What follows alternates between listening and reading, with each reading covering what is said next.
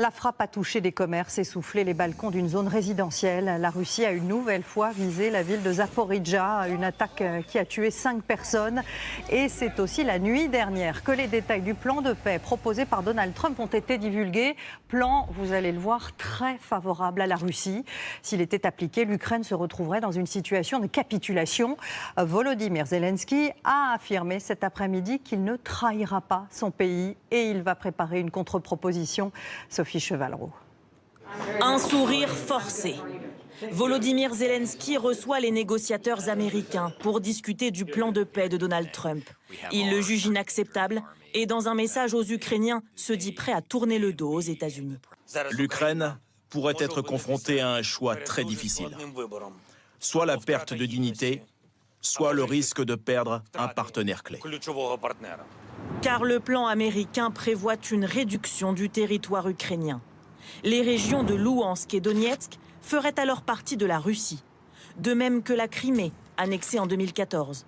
Kherson et Zaporijjia seraient partagés selon le tracé de l'actuelle ligne de front et deviendraient donc majoritairement russes.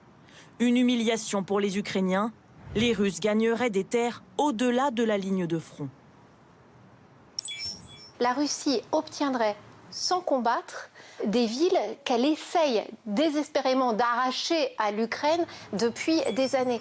Tandis que les Ukrainiens ne récupéreraient que quelques poches ici en vert gagnées par les Russes.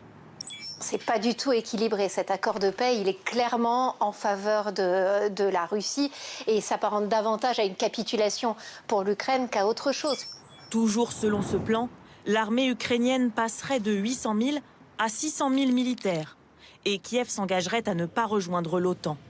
Certains spécialistes bondissent devant ce traitement réservé dans l'histoire récente aux pays agresseurs et vaincus militairement. Après la Première Guerre mondiale, le traité de Versailles, on réduit l'armée allemande à 100 000 hommes. Après la Seconde Guerre mondiale, c'est encore pire, vous n'avez plus d'armée du tout. Le Japon, pareil, vous n'avez plus d'armée du tout. On exige beaucoup de l'Ukraine, alors que l'Ukraine n'est pas du tout vaincue sur le terrain, elle n'est pas du tout aux abois.